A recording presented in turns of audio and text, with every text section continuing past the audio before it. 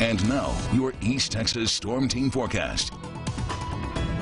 This time I want to give a little bit of a wider look at what's going on across the entire East Texas viewing area, because I know a lot of people in deep East Texas are hearing about all the flooding we are seeing, and they're probably like, what flooding? We haven't really seen a lot of rain over the last few hours. Well, you're seeing a little bit of rain right now in deep East Texas. You can see that near Sam Rayburn and Toledo Bend right there, starting to move through sections of Angelina County. And we will continue to see some light to moderate rain at times, so be prepared for that, but nothing compares to what's going on across some of our Interstate 20 counties, in Smith County especially. We've seen tons of rain over the last 24 or so hours, and really over the last 3 to 4 hours, with that rainfall continuing to come down. But most of it is moving out of the area. We're going to get a little break, but it does look like there is some redevelopment near Murchison, near northeastern Henderson County. But unfortunately, guys, the damage is already done. A little bit of a break's really not going to do much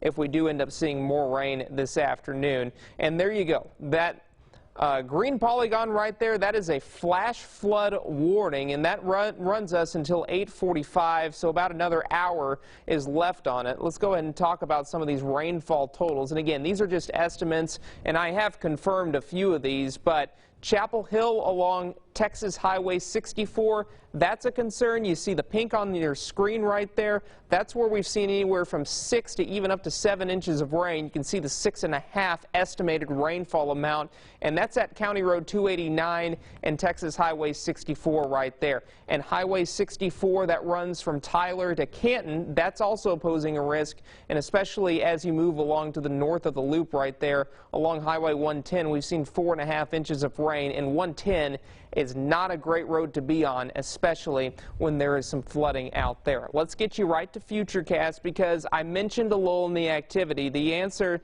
to, as if we're going to see that, the answer is yes, but it will take a little bit for us to see that lull. This is a live look outside in Tyler right now. A couple of low-hanging clouds, that is to be expected after a rain event, but as we look at Futurecast through 9 o'clock, that is when we're going to start to see that break in the activity. Maybe a shower or two around in some of those clouds, but we're not going to see the redevelopment of thunderstorms until about noontime. And I wouldn't be surprised if we don't really see a lot in Van Zant and Smith County, given the rain that we've already seen. By 5, 6 o'clock, we could be seeing those storms in our central counties then, because we will have been given enough time for things to heat back up, and as a result for that instability to increase to support those showers and thunderstorms. By tomorrow at about noontime, that's when we do start to see those storms resurface. By 5 o'clock, we're still seeing some of those showers and thunderstorms. Let's go ahead and talk about that 7-day forecast. Today and tomorrow, those are your 2 rain chances. Moving into Friday and Saturday, low to middle 90s expected, upper 90s by early next week with that sunshine in the area. In deep East Texas, rain today and tomorrow, but we do start to dry out by the end of the week.